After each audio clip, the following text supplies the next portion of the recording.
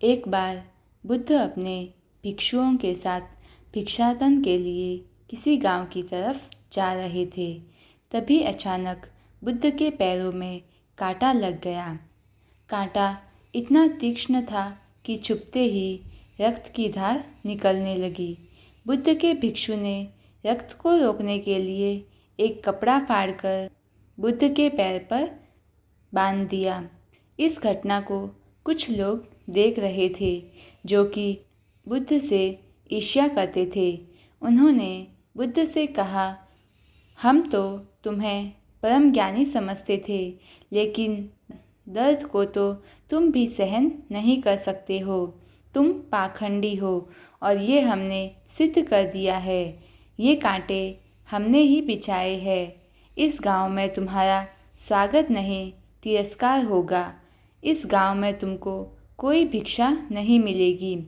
बुद्ध ने उन लोगों से अनुरोध किया कि कृपया करके मुझे इस गांव से भिक्षा लेने दो। बुद्ध के ईर्ष्यालुओं ने बुद्ध का उपहास बनाते हुए कहा कि अगर तुम्हें भिक्षाटन के लिए इस गांव में आना है तो तुम्हें अपने रक्त की बलिदानी देनी होगी। तुमको इस कांटों के रास्ते से गुजरना होगा।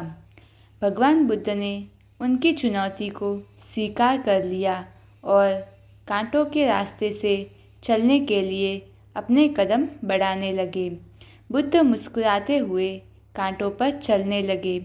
बुद्ध के साहस को देखकर गांव वाले चकित रह गए। कुछ लोगों की आंखें फटी की फटी रह गई।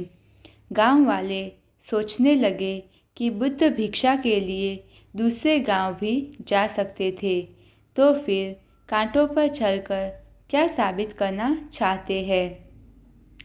गांव वाले बुद्ध के संदेश को इतनी जल्दी नहीं समझ पाए। यहाँ पर बात भिक्षा की नहीं बल्कि जीवन को बदलने की थी। गांव वालों की भीड़ में एक सुमित नाम का लड़का था जो बुद्ध पर हो रहे अत्याचार को देखकर द्रवित हो गया। सुमित दौड़कर गया और बुद्ध के पैरों के सामने से कांटे को हटाने लगा। बुद्ध के ईर्ष्यालु सुमित को रोकने लगे और गांव से दाना पानी न देने की धमकी देने लगे।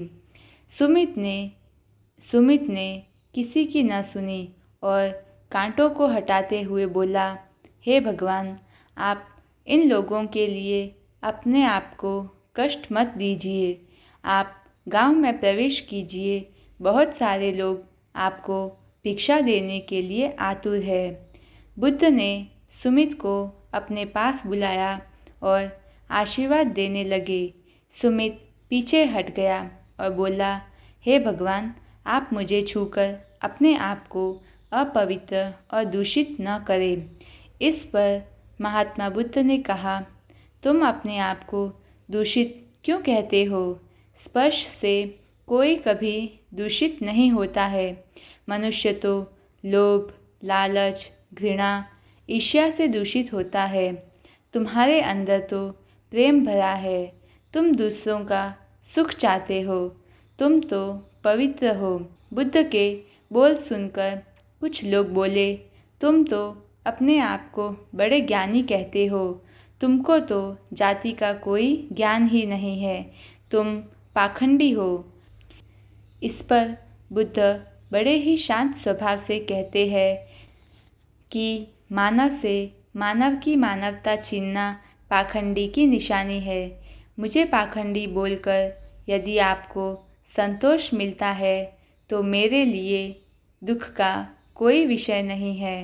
कुछ लोग बुद्ध पर बरस पड़े और बोले, परंतु यह तो धर्मशास्त्र है, फिर यह पाखंड कैसे हुआ? इस पर बुद्ध कहते हैं, हमारी उत्पत्ति इस सृष्टि में हुई है। नदियों का पानी सभी की समान रूप से प्यास बुझाता है। खुले जंगलों की हवा भी भेदभाव नहीं करती है। खुला आसमान हमारे पिता के समान हमारी परवरिश करता है। सृष्टिकर्ता ने भी कोई भेदभाव नहीं किया है। फिर हम इंसान कौन होते हैं भेदभाव करने वाले? मानव में भेद करके अपने संबंधों को बिगाड़ता है। बुद्ध के ये वचन सुनने के बाद कुछ लोग कहते हैं, अगर आप इतना ही कहते हैं तो सुमित को अपना भिक्षु क्यों नहीं बना लेते हैं। बुद्ध ने कहा कि यह तो अच्छा सुझाव है। अगर सुमित तुम चाहते हो तुम मेरे भिक्षु बन सकते हो। बुद्ध के आमंत्रण पर सुमित पहला नीच जाति का बौद्ध भिक्षु बनता है।